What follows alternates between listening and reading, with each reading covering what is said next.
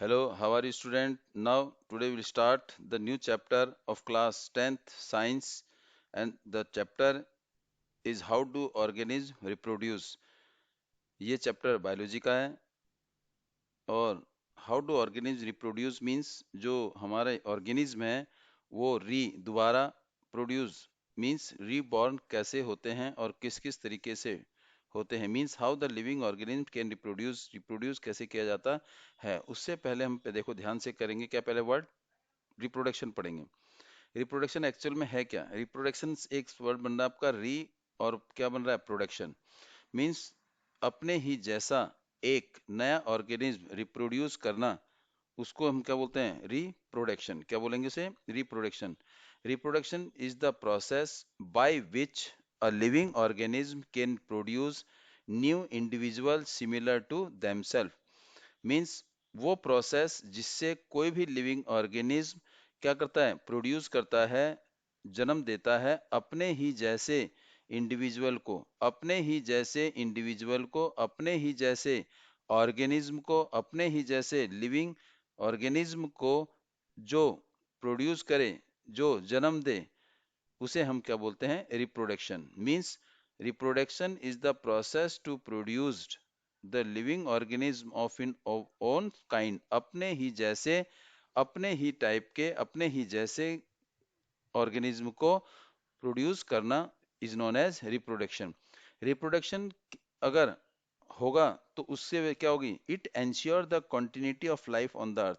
अगर रिप्रोडक्शन हमारा एक प्रोसेस चलता रहेगा जिससे जो लाइफ है या जो ऑर्गेनिज्म है उसकी कंटिन्यूटी अर्थ पर बनी रहेगी, it mean it will not distinct, वो जल्दी समाप्त नहीं होगा, उसकी कंटिन्यूटी बरकरार रहेगी। किस पर? अर्थ पर। इसलिए रिप्रोडक्शन हमारे लाइफ के लिए, हमारे एनवायरनमेंट के लिए बहुत जरूरी है। अब जो न्यू ऑर्गेनिज्म रिप्रोड्यूस होगा, मेनली जो रिप्रोड्यूस किसकी वजह से होता है? वो रिप्रोड्यूस होता है न्यूक्लियस की वजह से। सेल में जो न्यूक्लियस होता है उसकी वजह से रिप्रोड्यूस होता है new organism. Nucleus is the cellular reproduction में काम आता है।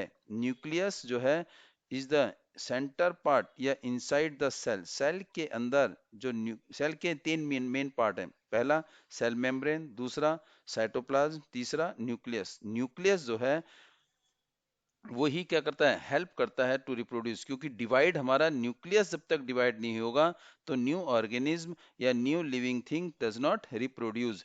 अब nucleus is present in the cell, inside the cell, and nucleus of the cell contain DNA. DNA mean deoxy ribo nucleic acid.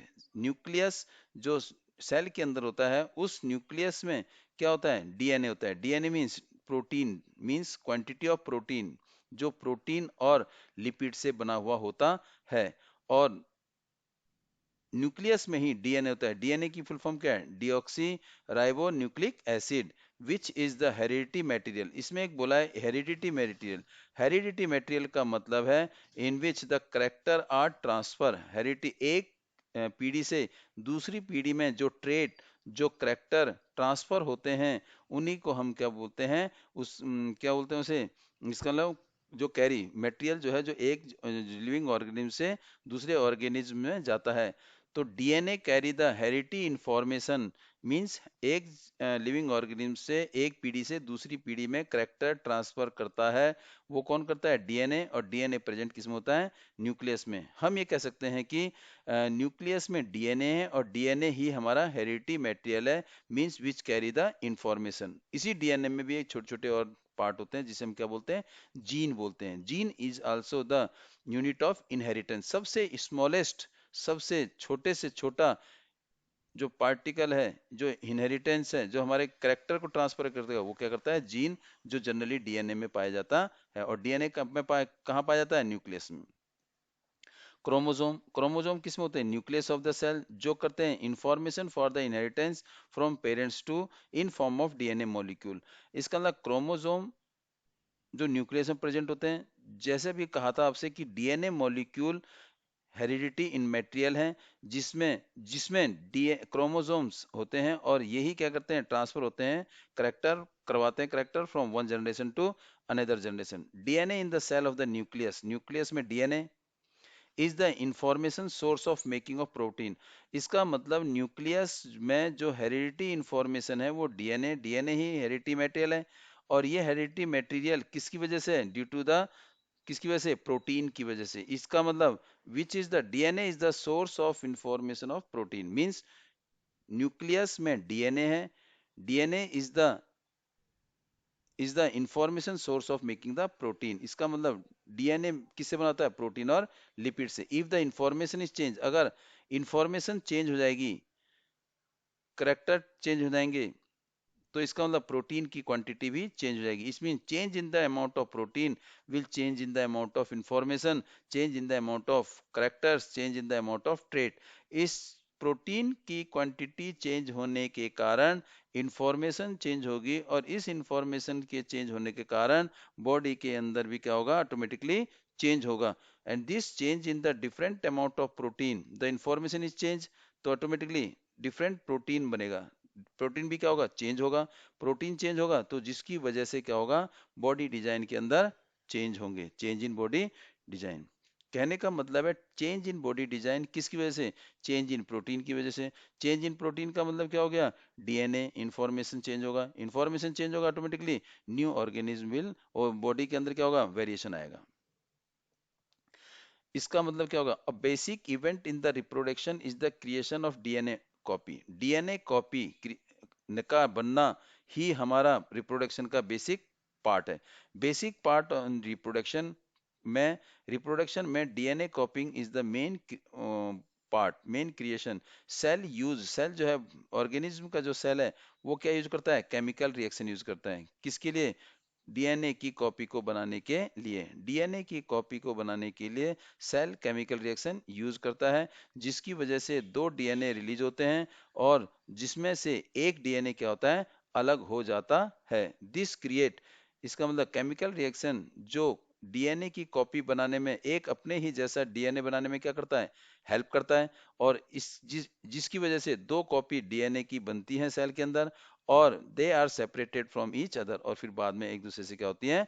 अलग हो जाती हैं। वेरिएशन, वेरिएशन यहाँ पर है बेटे change in body design, change in body design, change in body design due to, due to change in, due to change in amount of information कह सकते हैं, और अमाउंट ऑफ प्रोटीन कह सकते हैं। Means when variation will take place, किसी भी variation क्या होगा? Change in body design. और जिस ये वेरिएशन क्या होता है? Help in evolution. यही वेरिएशन क्या होता है? हेल्प इन इवोल्यूशन होता है। नया ऑर्गेनिज्म रिप्रोड्यूस करने में हेल्प करता है, नई स्पीसीज बनने में हेल्प करता है। और यही वेरिएशन जो है, वेरिएशन अगर होगा ऑर्गेनिज्म की बॉडी के अंदर, या ऑर्गेनिज्म में वेरिएशन होगा, जिससे वो स्पीसीज या वो ऑर्गेनिज्म क्या होगा बेटे? सर्वाइव होगा for a long period of time, और उसकी एग्जिस्टेंस कंपेरेटिवली बेटर रहेगी देन द अदर। जैसे फॉर, जैसे variation are useful for the survival of the species. Variation जो है स्पीसीज के सर्वाइवल के लिए बहुत जरूरी है। वेरिएशन जो है स्पीसीज, किसी भी स्पीसीज की सर्वाइवल के लिए बहुत जरूरी है। जिंदा रहने के लिए वेरिएशन बहुत जरूरी है, over a time as well as for the basis of evolution. Variation survival of species के लिए जरूरी है। जैसे जैसे टाइम बढ़ता है, तो इसका मतलब अगर वेरिएशन होगा तो लॉन्ग पीरियड के लिए वो सर्वाइव रहेगा। और अगर वेरिएशन आ रहा है तो इसका मतलब नया ऑर्गेनिज्म, उसी ऑर्गेनिज्म में नया इवोल्यूशन हो सकता है, ऑर्गेनिज्म नया ऑर्गेनिज्म बन सकता है। जैसे ह्यूमन बीइंग, ह्यूमन बीइंग कहाँ से बना है? होमोसेम्पियन। होमोसेम्पियन के अंदर क्या हुआ? इवोल्यूशन हुआ, वेरिएशन हुआ। Long period of time evolution change होने की वजह से चेंज होता रहा, and it take so many million of year, और नया ऑर्गेनिज्म बन गया ह्यूमन बीइंग। क्यों? Due to the change in variation, जिसकी वजह से क्या? इवोल्यूशन हुआ। What is the evolution? Change in body design over a long period of time to form the new organism. Change in body design के अंदर change हुआ या variation हुआ, जिसकी वजह से न्यू ऑर्गेनिज्म बना, इसे बोलते हैं evolution. Change in body design over a long period of time cause evolution. Change in body design के अंदर चेंज हुआ over a long period of time, लंबे समय तक बॉडी डिजाइन के अंदर क्या होता रहा? चेंज होता रहा, जिसकी वजह से इवोल्यूशन हुआ। If there was a population of the bacterial, अगर मान लो बैक्टीरिया हैं, एक टेम्परेचर पर रह रहे हैं, किसी एक पर्टिकुलर टेम्परेचर पर रह रहे हैं, ठीक है ना। बैक्टीरिया वाटर का एक कांस्टेंट टेम्परेचर है। अगर मान लो if the water temperature were increase by global warming, किसी भी कारण से या ग्लोबल वार्मिंग के कारण से या कोई अदर रीजन से अगर टेम्परेचर ऑफ वाटर क्या हो गया, चेंज हो गया, इंक्रीज हो गया, अगर इंक्रीज हो जाएगा तो उसमें बैक्टीरिया क्या होंगे, मर जाएंगे। मोस्ट ऑफ द बैक्टीरिया मर जाएंगे।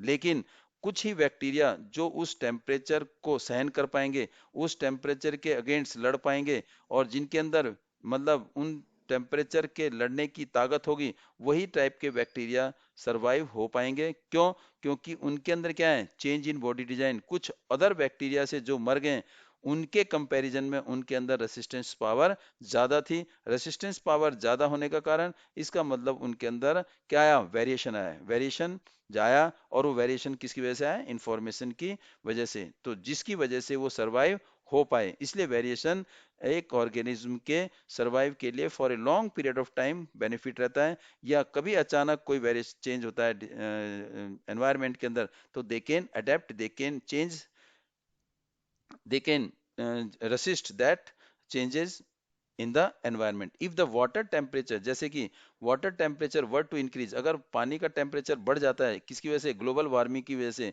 तो ज्यादातर bacteria, most of these bacteria would die, ज्यादातर बैक्टीरिया क्या होंगे, मर जाएंगे। लेकिन कुछ ही वेरिएंट रेसिस्टेंस मींस जो उसको रेसिस्ट कर पाएंगे, वेरिएशन होगा जिसके अंदर, बैक्टीरिया के अंदर, वही would heat, resist to heat, will survive and grow further। वही बैक्टीरिया सरवाइव कर पाएंगे जो उस हीट को क्या करते हैं, रेसिस्ट कर पाते हैं, और आगे वो ग्रो होंगे, वही टाइप के ग्रो होंगे। रिप्रोडक्शन हमारे दो टाइप के हैं, एक सेक्सुअल रिप्रोडक्शन और एक asexual reproduction. Sexual reproduction, asexual reproduction, दो टाइप के हमारे रिप्रोडक्शन है। First is sexual reproduction. Sexual reproduction क्या है, a single individual give rise the new individual. A single individual means हमारे पास दो होते हैं, एक मेल पार्ट और एक फीमेल पार्ट। इसमें केवल सेक्सुअल इंडिविजुअल में, ओ सेक्स असेक्सुअल रिप्रोडक्शन में केवल वन पेरेंट्स इन्वॉल्व होता है, आइदर मेल और female. Means only one individual, one parent cell या one sex cell will present, will involve, will take part। केवल एक ही पेरेंट सेल इन्वॉल्व होता है, आइदर मेल और फीमेल। असेक्सुअल रिप्रोडक्शन में नए ऑर्गेनिज्म को रिप्रोड्यूस करने के लिए एक ही पेरेंट्स की जरूरत होती है, या तो मेल या फीमेल। और इस गैमेट आर नॉट फॉर्म, जब एक ही पेरेंट सेल इन्वॉल्व हो रहा है, आइदर मेल और फीमेल, तो इसमें गैमेट फॉर्म नहीं होंगे, सेक्स सेल फॉर्म नहीं होंगे। New individual is identical to the parents. जो नया ऑर्गेनिज्म बनेगा, जो नया ऑर्गेनिज्म या कोई भी इंडिविजुअल बनेगा, वो क्या होगा, आइडेंटिकल मींस बिल्कुल किसके जैसा, पेरेंट्स की तरह होगा। Means no variation will take place, ये क्या होगा, इसके अंदर वेरिएशन नहीं होगा। वेरिएशन मींस यानी कि no change in body design, वो वैसा ही होगा जैसे वो पेरेंट्स था, पेरेंट्स की तरह ही होगा, आइडेंटिकल होगा, same. And faster method of reproduction, sexual reproduction में रिप्रोडक्शन क्या होता है, काफी तेजी से होता है। Means reproduction of an organism very fast, means can produce more and more individual very quickly, ज्यादा से ज्यादा कम टाइम में ज्यादा से ज्यादा ऑर्गेनिज्म प्रोड्यूस कर सकते हैं। और ये जो ऑर्गेनिज्म है ज्यादातर लोअर ऑर्गेनिज्म में क्या जाता है, जिनकी कॉम्प्लेक्स बॉडी डिजाइन नहीं होती, सिंपल बॉडी डिजाइन होता है। These are the asexual characteristic of the asexual reproduction। Means only one cell, one sex cell involved, means either male or female, no formation of gamete, no variation will take place, or multiplication means fast reproduction will take place, and this generally occur in lower organism। ये जो है lower organism, simple organism में काम होता है। asexual reproduction just इसका उल्टा। Sexual reproduction, sex means जिसमें दोनों पार्ट होते हैं, means male and female, in which the both male and female, means जिसमें मेल पार्ट और फीमेल पार्ट दोनों क्या होते हैं, हिस्सा लेते हैं। जिस रिप्रोडक्शन में दोनों मेल पार्ट और फीमेल पार्ट दोनों हिस्सा लेते हैं, उसे हम क्या बोलते हैं, sexual reproduction. Sexual reproduction in which two individual mean both parent cell involved, two individual means both male and female, both parent cell mean male and female, both parent cell involve means male भी involve रहेगा, female भी involve रहेगा, one is male other is female और give rise the two individual means दोनों के involvement में जो नया ऑर्गेनिज्म बनेगा उस नए ऑर्गेनिज्म की फॉर्मेशन जो होगी वो किससे होगी, sexual reproduction in which both sex cell involve, both parents involve, दोनों पेरेंट्स इन्वॉल्व होंगे, एक मेल और एक फीमेल दोनों। अब जब दोनों इन्वॉल्व हो रहे हैं तो इसका मतलब सेक्स सेल बनेंगे, गैमेट्स आर फॉर्म। और असेक्सुअल रिप्रोडक्शन में हमारे गैमेट्स नहीं बन रहे थे, लेकिन सेक्सुअल रिप्रोडक्शन में गैमेट्स सेक्स सेल फॉर्म होंगे। जो उसमें जो था असेक्सुअल रिप्रोडक्शन में जो न्यू ऑर्गेनिज्म्स था वो identical to the parent cell, parent के जैसा ही था, बट यहाँ पर new individual is genetically similar not identical, genetically similar, दिखने में एक जैसा होगा लेकिन उसके थोड़े थोड़े करेक्टर्स, थोड़े थोड़े ट्रेट, थोड़े थोड़े जो इंफॉर्मेशन है वो स्लाइटली चेंज होती रहेगी। जैसे एक एग्जांपल ह्यूमन बीइंग में अगर फादर से सन, सन से और से चेंज होती है तो स्लाइटली इंफॉर्मेशन क्या होती है, चेंज होती है, जिससे क्या होता है उनके करेक्टर स्लाइटली चेंज होते हैं। Why, because two parent cell are involve. New individual जो बनेगा, new individual is genetically similar but not identical to the parents. जो नया ऑर्गेनिज्म बनेगा वो पेरेंट्स के सिमिलर होगा, जेनेटिकली सिमिलर मींस जीन दोनों के सेम रहेंगे, जेनेटिकली दिखने में सेम रहेंगे, और लेकिन वो बिल्कुल एक जैसे आइडेंटिकल नहीं होंगे, वीकेंड से जैसे मैथ में कॉन्ग्रेंट नहीं होंगे, सिमिलर हो सकते हैं। किसमें, सेक्सुअल रिप्रोडक्शन में। इट मीन सेक्सुअल रिप्रोडक्शन में वेरिएशन होगा, it mean variation will take place, why, because they are similar not identical. And in case of it is useful for the more variant in the species, more variant they will be more variant, why, because they are produced by sexually, they are produced sexually, they produce sexually। ये कैसे produce हो रहे हैं, sexually produce हो रहे हैं, it mean they are the organism produced by the sexual reproduction are similar to, are the more variant, are more variant because due to the due why, because due to the take part of two parent cell, दो parent cell की involvement की वजह से, दो parent cell की involvement की वजह से they have more variation, they have more variation. इसका मतलब मोर वेरिएशन है तो किसी भी ड्रास्टिक चेंज में, एनवायरनमेंट में अगर चेंज आता है तो they can adapt themselves in that environment, उस एनवायरनमेंट को वो अडेप्ट कर सकते हैं, उस एनवायरनमेंट में वो रह सकते हैं। क्यों रह सकते हैं, उनके चांस ऑफ सर्वाइवल ज्यादा होंगे, किसके, सेक्सुअल रिप्रोडक्शन के। क्यों होंगे, क्योंकि वेरिएशन है। वेरिएशन क्यों है, क्योंकि दो सेक्स सेल, दो गैमेट्स, दो पेरेंट सेल इन्वॉल्व हैं, दो पेरेंट सेल इन्वॉल्व होने के कारण उनके अंदर क्या आ रहा है, वेरिएशन आ रहा है, दिखने में एक जैसे हैं but there is a in variation, and और इस वेरिएशन की वजह से chance of survival is comparatively more. And जिसकी वजह से दोनों सेक्स सेल इन्वॉल्व हो रहे हैं, कॉम्प्लेक्सिटी बॉडी डिजाइन होने की वजह से ये किसमें होता है, सेक्सुअल रिप्रोडक्शन ज्यादातर हायर ऑर्गेनिज्म में होता है। क्यों, कॉम्प्लेक्सिटी बॉडी डिजाइन, और जो किसमें होता है, हायर ऑर्गेनिज्म होता है।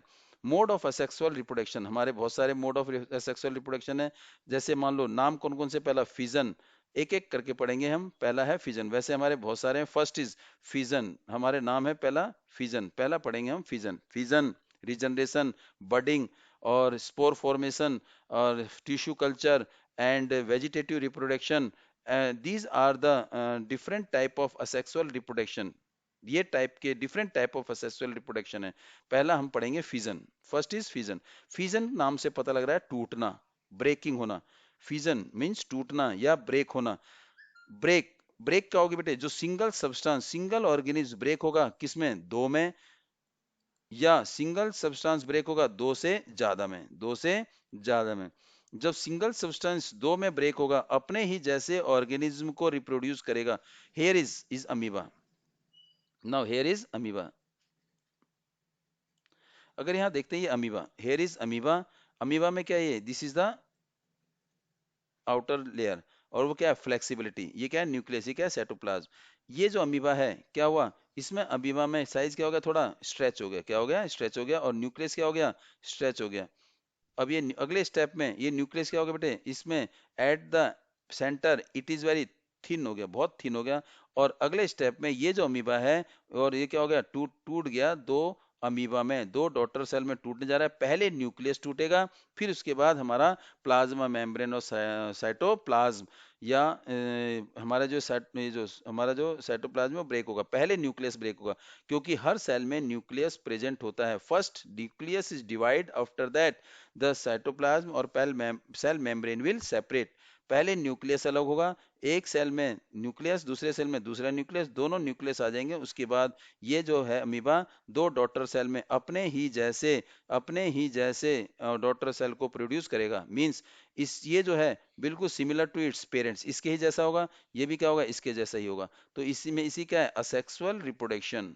और ये असेक्सुअल रिप्रोडक्शन कौन सा है, न्यू फिजन। कौन सा है, फिजन। इस फिजन में इसमें एक अमीबा टूटा, एक अमीबा टूटने के बाद दो अपने ही जैसे अमीबा प्रोड्यूस किए। अपने ही जैसे अमीबा मीन अपने ही जैसे डॉटर सेल प्रोड्यूस किए। जब अपने ही जैसे दो डॉटर सेल प्रोड्यूस करते हैं, उन्हें हम बोलते हैं बाइनरी फिजन। फिजन का मतलब है टूटना, जिसमें एक से दो भी बन सकते हैं और एक से दो से ज्यादा भी बन सकते हैं। जिसमें एक से दो बने वो हमारा होता है बाइनरी फिजन, और जिसमें एक ऑर्गेनिज्म टूटने पर दो से ज्यादा बनेंगे तो उसे हम बोलते हैं मल्टीपल फिजन। क्या बोलते हैं इसे, multiple fission.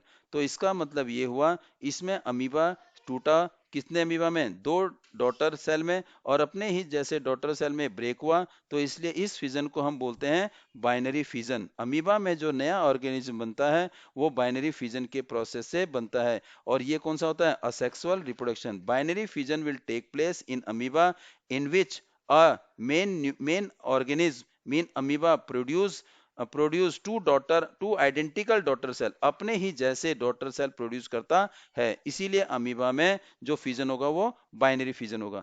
Fission, the single parent cell divide in two or more daughter cell, जिसमें एक पेरेंट सेल क्या होगा, दो या दो से ज्यादा सेल रिप्रोड्यूस करता है, दो या दो से ज्यादा सेल बनाता है, दो या दो से ज्यादा सेल रिप्रोड्यूस करता है, उसको हम बोलते हैं फिजन।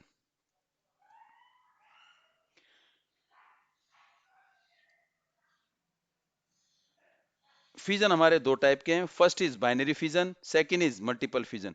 बाइनरी फिजन किसे कहते हैं, जब एक सिंगल और parent cell divide in two same daughter cell are form is known as binary fission. Binary fission क्या है, जिसमें एक सिंगल पेरेंट्स डिवाइड टूटता है, कितने, दो में, अपने ही जैसे डॉटर सेल रिप्रोड्यूस करता है। जब अपने ही जैसे डॉटर सेल रिप्रोड्यूस करता है उसे हम बाइनरी फिजन कहते हैं। अमीबा में बाइनरी फिजन होता है, क्यों, क्योंकि अमीबा अपने ही जैसे दो डॉटर सेल रिप्रोड्यूस करता है। Second is multiple fission. Fission जिसमें one when single parent cell divide into many daughter cell are form, जिसमें एक सेल डिवाइड होके कितने बनाता है, बहुत सारे डॉटर सेल बनाता है अपने ही जैसे, उसे हम बोलते हैं मल्टीपल फिजन। और वो एग्जांपल क्या है, प्लाज्मोडियम। देखिए यहाँ पर ये क्या है, सेल, सेल के अंदर क्या है, न्यूक्लियस, और ये साइटोप्लाज्म, ये cell cyst mean outer layer. ये क्या हुआ, ये जो सेल है न्यूक्लियस टूटे, न्यूक्लियस टूटने पर क्या हो गया है, सेल भी क्या हो गया, बन गया। देखो एक सेल, दो सेल, बहुत सारे सेल बन गए, many daughter cell are produce.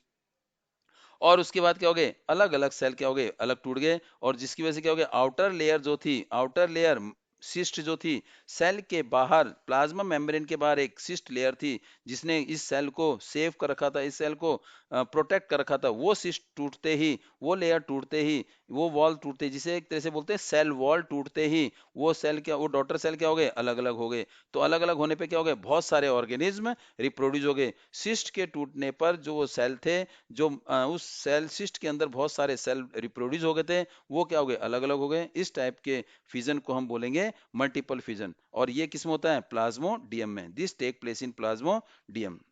And next one is, next second, first पढ़ा आपने फिजन, फर्स्ट इज फिजन। दूसरा टाइप ऑफ एसेक्सुअल रिप्रोडक्शन, दूसरा क्या है, फ्रेगमेंटेशन। फ्रेगमेंटेशन से आपको नाम पता लग रहा है, फ्रेगमेंटेशन, फ्रेगमेंट मीन टूटना।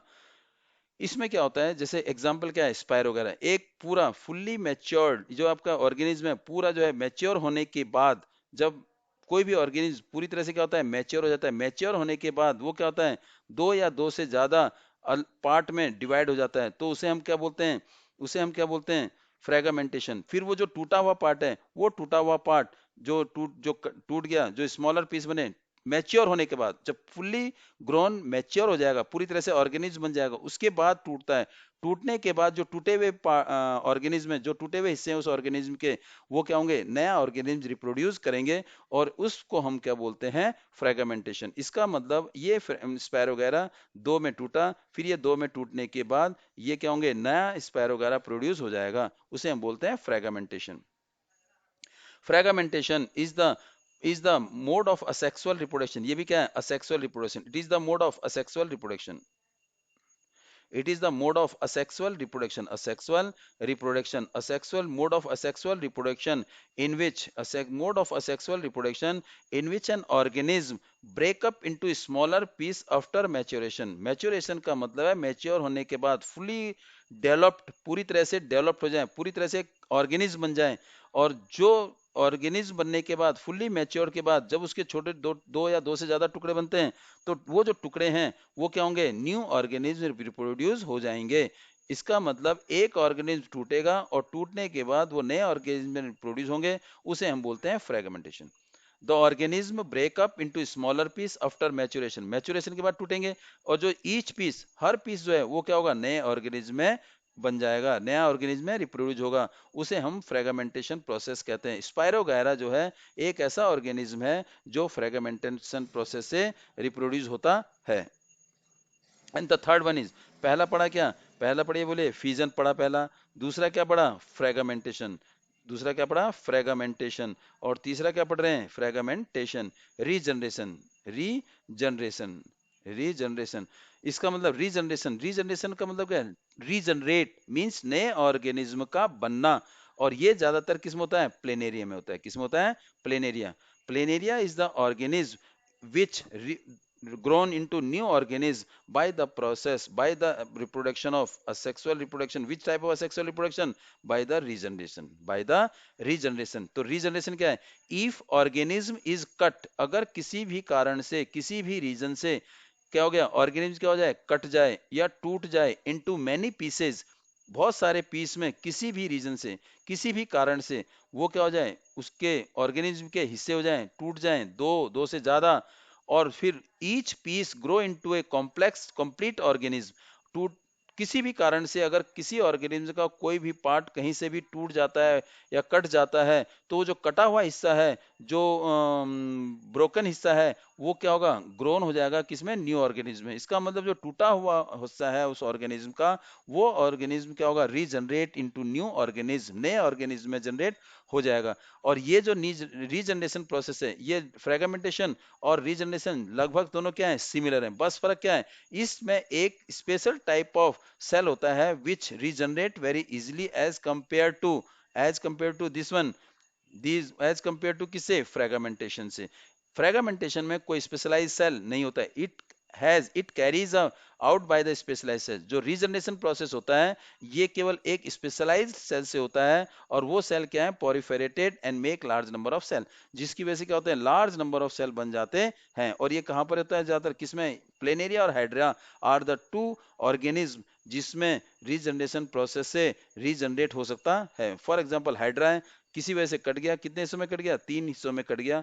ये 3 हिस्से देखो ध्यान से, पहला ये नया ऑर्गेनिज्म हुआ, ये देखो इसके बीच का हिस्सा है, बाकी दो अपने आप रीजनरेट हुए। इसमें बॉटम वाला कट गया था, टॉप का और मॉडल का पार्ट अपने आप रीजनरेट हुआ, ये हो गया न्यू ऑर्गेनिज्म, ये भी न्यू ऑर्गेनिज्म, ये भी न्यू ऑर्गेनिज्म है। It mean planaria and hydra are reproduced by the asexual reproduction, or which is regeneration. And the next one is budding. अच्छा बेटे, सबसे पहले हमने क्या पढ़ा, फ्यूजन पढ़ा। फ्यूजन हमने कितने टाइप के पढ़े, दो टाइप के। कैसा, एक बाइनरी फ्यूजन और एक मल्टीपल फ्यूजन। दूसरा कौन सा पढ़ा, फ्रेगमेंटेशन। फ्रेगमेंटेशन जिसमें क्या होता था, न्यू ऑर्गेनिज्म बनते थे, कब, आफ्टर कट या टूट जाने के बाद। तीसरा क्या पढ़ा था बेटे, रीजनरेशन। रीजनरेशन में भी क्या होता था, सिमिलर टू, बस इसमें क्या होता है, स्पेशल टाइप ऑफ सेल होते थे। फोर्थ पढ़ रहे हैं बेटे, बडिंग। फोर्थ क्या पढ़ेंगे, budding. Budding is also a type of asexual reproduction. ये भी क्या है, एक असेक्सुअल रिप्रोडक्शन है। बडिंग ज्यादातर किसमें होता है बेटे, या तो हाइड्रा में होगा, it will take place in hydra या ईस्ट में। It is the regeneration, budding is in hydra और ईस्ट में। कैसे, देखिए, this is the organism, hydra है, ये हाइड्रा है, इस हाइड्रा के किसी एक पार्ट पर यहाँ पर क्या होगा, एक बर्ड्स क्या होगा, फॉर्म होगा, बर्ड्स क्या होगा, फॉर्म होगा। Any part of the hydra, किसी भी पार्ट से एक क्या होगा, बर्ड की फॉर्मेशन होने लगती है। Tiny buds, tiny tiny buds will develop, यहाँ पर क्या होगा, बर्ड्स बनेगा।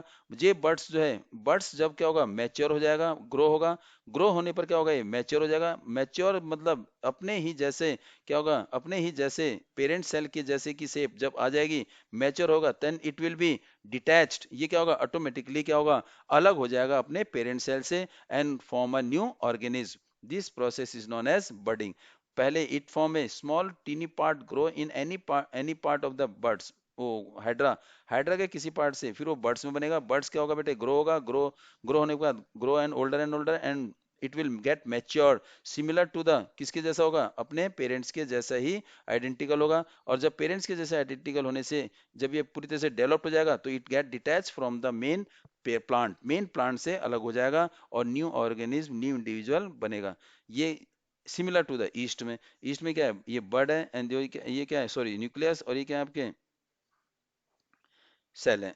अब ये क्या होगा, ऑटोमेटिकली दिस ईस्ट इस फॉर्म में यहाँ पर बर्ड्स फॉर्मेशन हो रही है। जब ये बर्ड्स फॉर्मेशन होगी तो ऑटोमेटिकली क्या होगा, दैट विल बी, ये क्या होगा, शार्प कॉर्नर बनेगी। शार्प कॉर्नर से ये जो न्यू बर्ड है, न्यू बर्ड क्या होगा, ऑटोमेटिकली आगे क्या होगा, एक पहले इससे मेन पेरेंट सेल्स ये बना, फिर इससे बन जाएगा और फिर चेन बनती जाएगी, then it will be separated and grow older and get detach from the main plant. Budding, a bud it form which developed into tiny visual individual.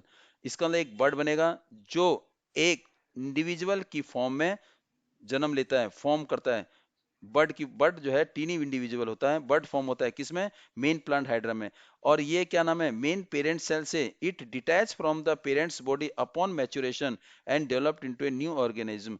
जब ये पूरी तरह से मैच्योर हो जाता है, वो जो बर्ड्स है, जो टीनी, जो स्मॉल बर्ड्स था, जो टीनी इंडिविजुअल की फॉर्म में डेवलप्ड हो रहा था, एक छोटे ऑर्गेनिज्म की फॉर्म में डेवलप्ड हो रहा था, जब वो बड़ा हो जाता है, मैच्योर हो जाता है, मैच्योर होने के बाद वो क्या होता है, न्यू ऑर्गेनिज्म प्रोड्यूस हो जाता है। और this process is known as budding. और बडिंग के hydra and yeast are produced by the budding. And now thanks for watching video, please like, share and subscribe. Thanks for today. Our next